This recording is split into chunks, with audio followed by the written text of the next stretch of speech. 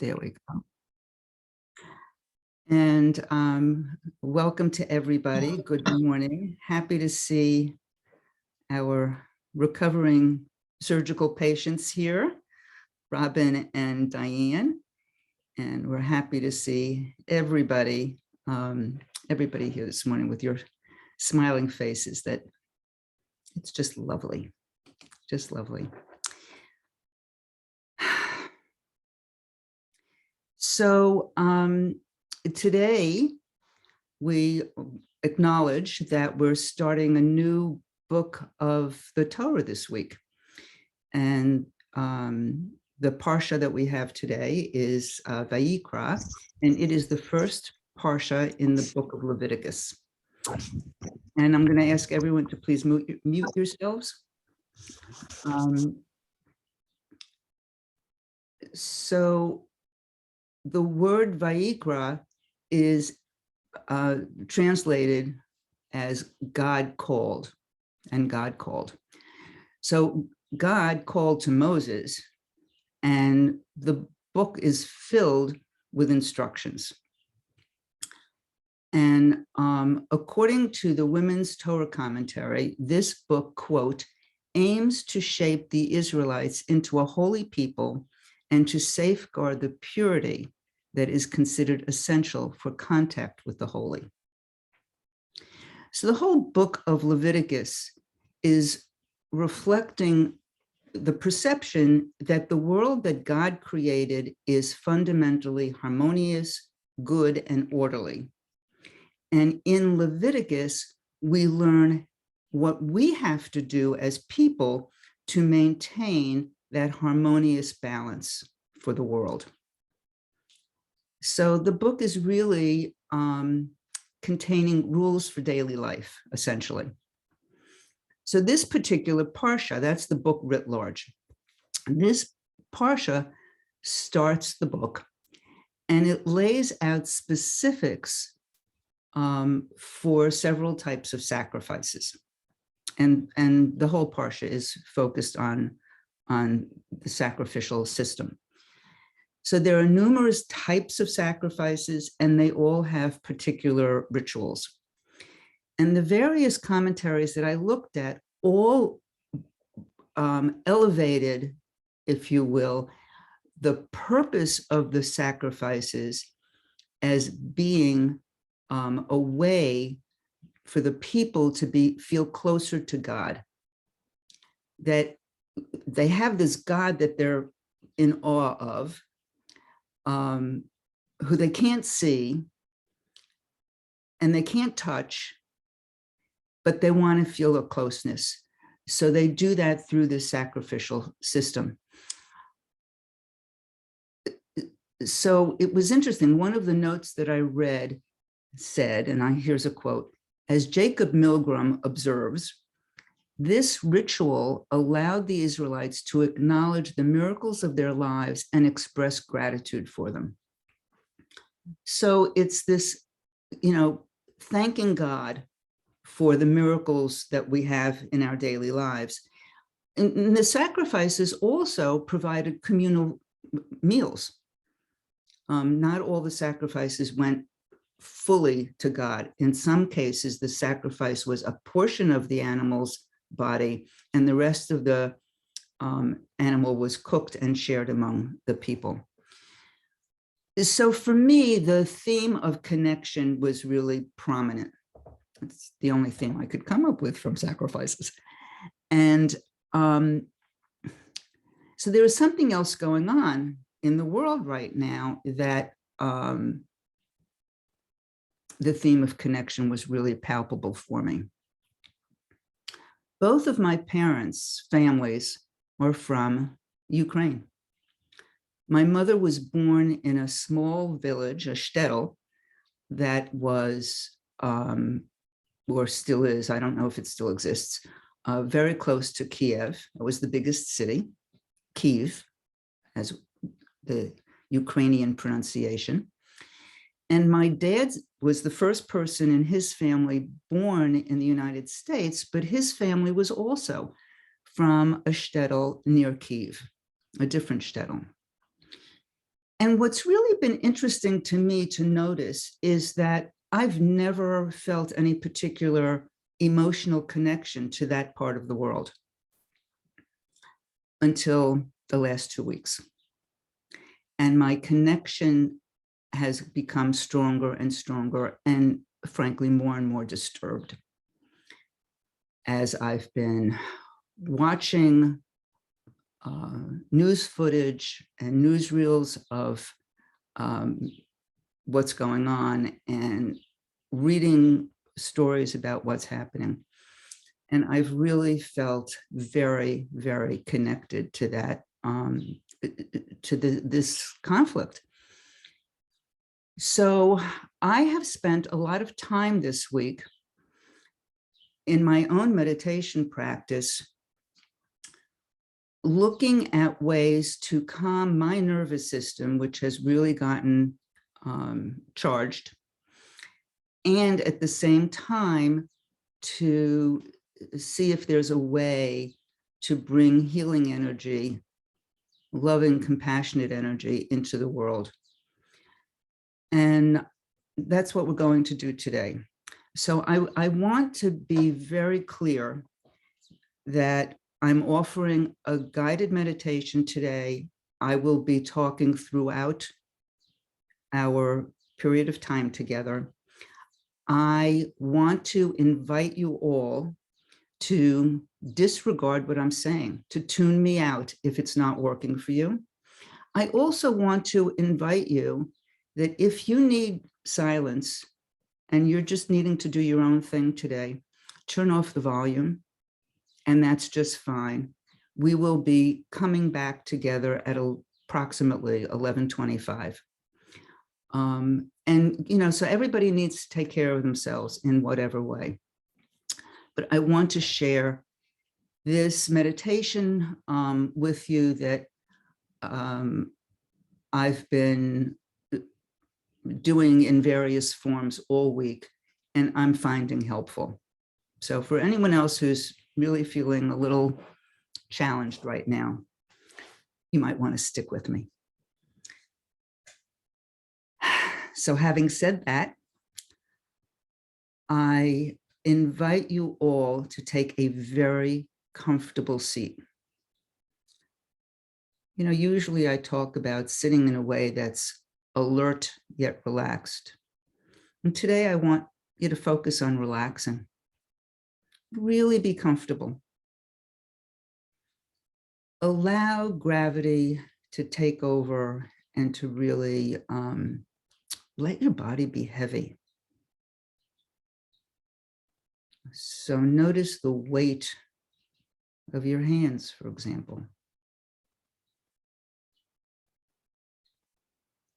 Give yourself permission to release and relax.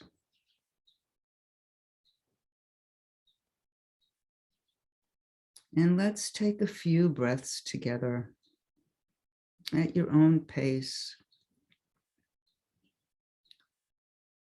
Inhaling and exhaling. And I encourage making some sound, you know, maybe a sigh as you exhale. It really seems to help.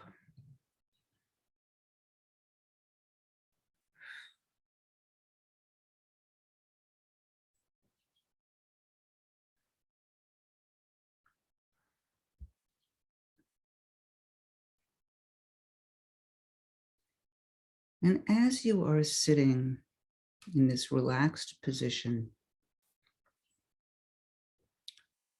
imagine that the back of your eye is a blank screen.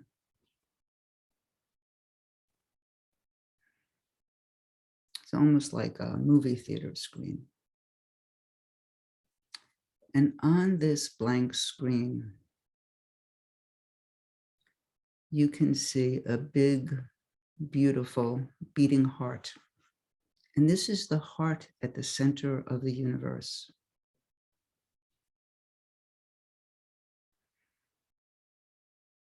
And this big, beautiful beating heart beats tirelessly and endlessly.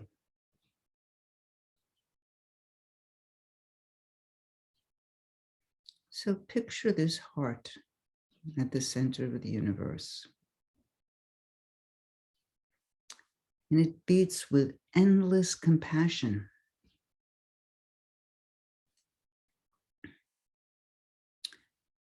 It sends out in steady concentric waves,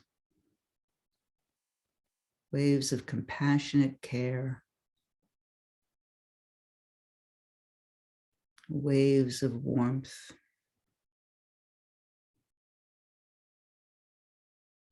It's like dropping a pebble into a smooth pond, and you see the ripples going out. This big, beautiful heart at the center of the universe is sending out loving, compassionate care in wider and wider ripples.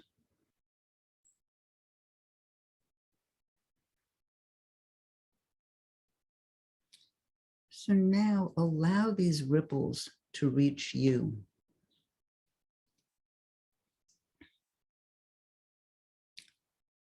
Let these ripples envelop you.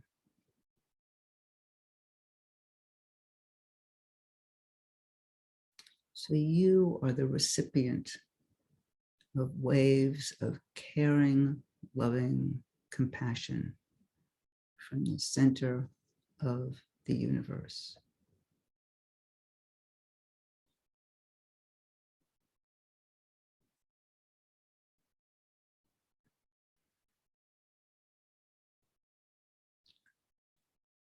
So imagine yourself immersed in the waves of the heart.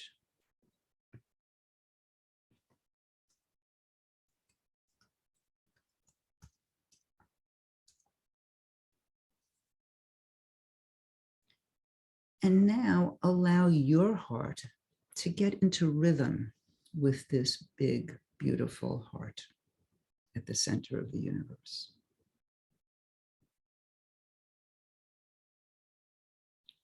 So you're breathing with it. You're beating with it.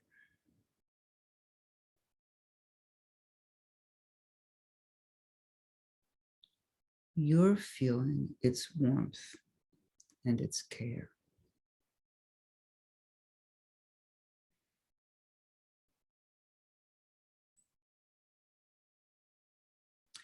As you attune with its rhythm, your heart too will send out the heart waves of caring, loving compassion. So you're receiving heart waves and you're sending out heart waves. And you can send your waves to whomever or whatever or wherever you like, to individuals, to beings, to large groups, whatever you want to do.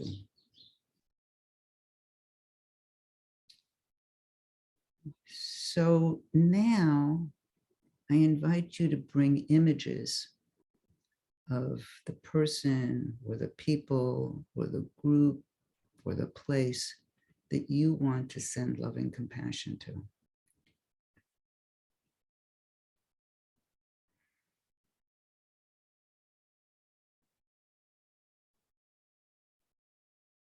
And as you're sort of looking at these images that come up for you, I invite you to settle on one.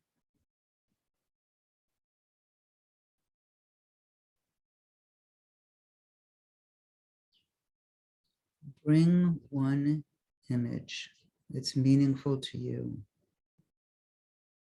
to your mind's eye.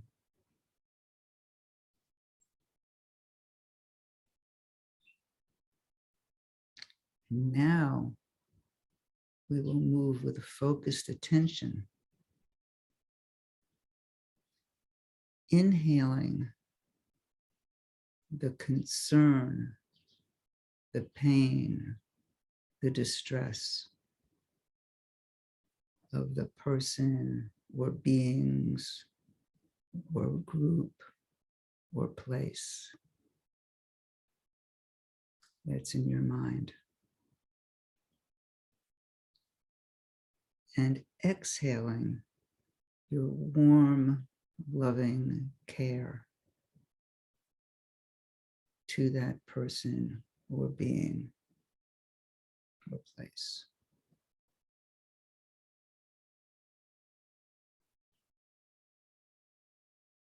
So what you're doing is you're breathing in the truth of the moment, and you're breathing out your loving compassion, warmth, and care.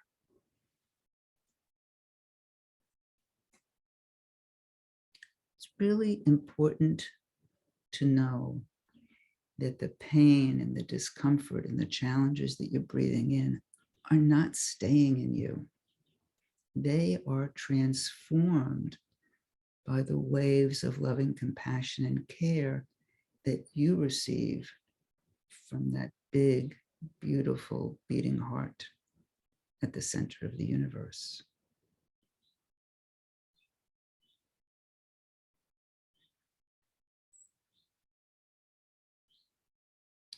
So continue breathing in this way, breathing in the truth of the moment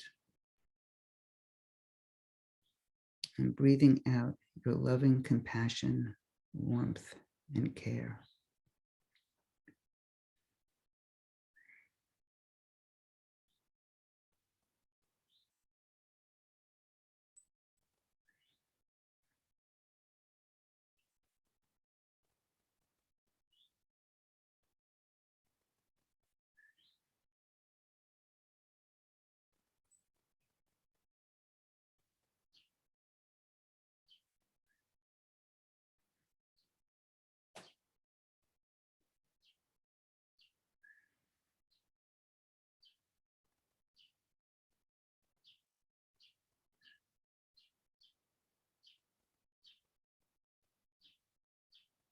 It may be helpful for you as you are continuing to breathe like this, to place a hand on your heart.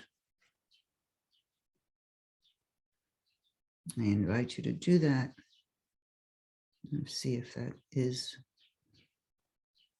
a helpful tactic for you.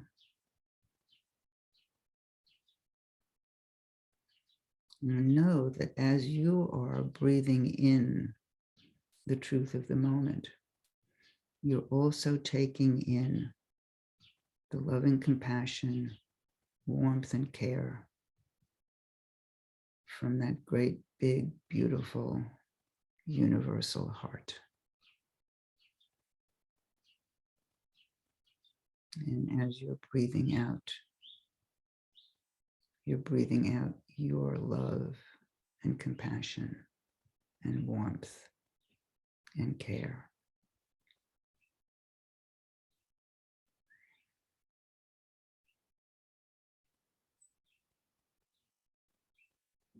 Healing for yourself, healing for whomever or whatever you have in your mind's eye, healing for everyone.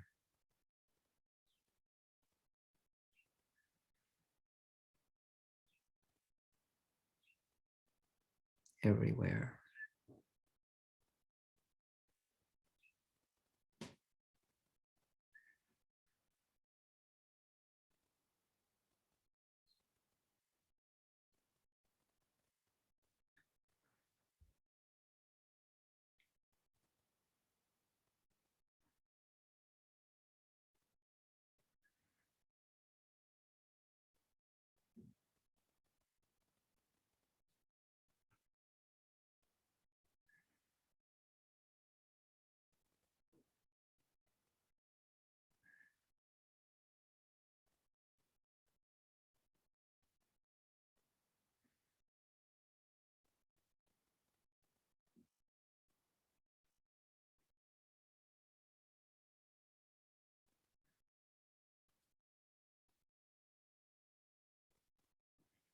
So I invite you to begin to come back to the room by deepening your breath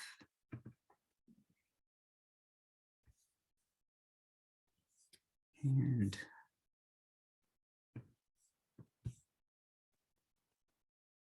bringing your attention outward.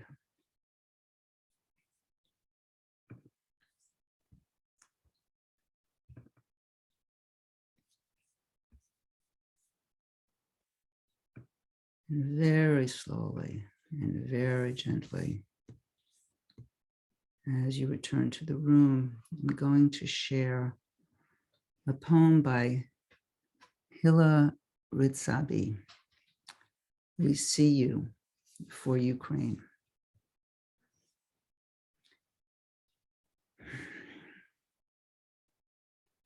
Crowded in a subway station in Kharkiv, a student from another country clutches a dog against her chest, answering the reporter's questions as men rush down the stairs, interrupting the interview. Toddlers in snowsuits on blankets, teenagers, heads down to their phones, mothers, eyes looking everywhere. Sveta says she grabbed her documents and cash. She has a car, but nowhere to go. As she speaks, a boy in a blue winter hat and black framed glasses, a few years older than my oldest son, peeks out from behind her, smiles shyly as he eyes the camera. A man stands behind him with his backpack pressed against his chest, holding himself. We see you in our living rooms, at kitchen tables, as we pack lunches and perform our morning routines. We watch, helpless, holding your faces to our hearts as we tend to the small luxuries of the mundane. We fear from afar the brutal waste of war, the extravagant arrogance of power. We rage at the rage of men who refuse to see you, or rather, choose to see through you and thereby refuse to see themselves. We see you. See the subway train stalled at the station, the indefinite pause of commute. We see you huddled from the thunder of bombs, whose distance from you is incalculable, but near enough to tremble the heart. We tremble with you. From across the world, we hold you close, not with thoughts or prayers, but the presence of the heart, a commitment to witness, a dedication to peace. We see you, we hold you, we will not leave your side.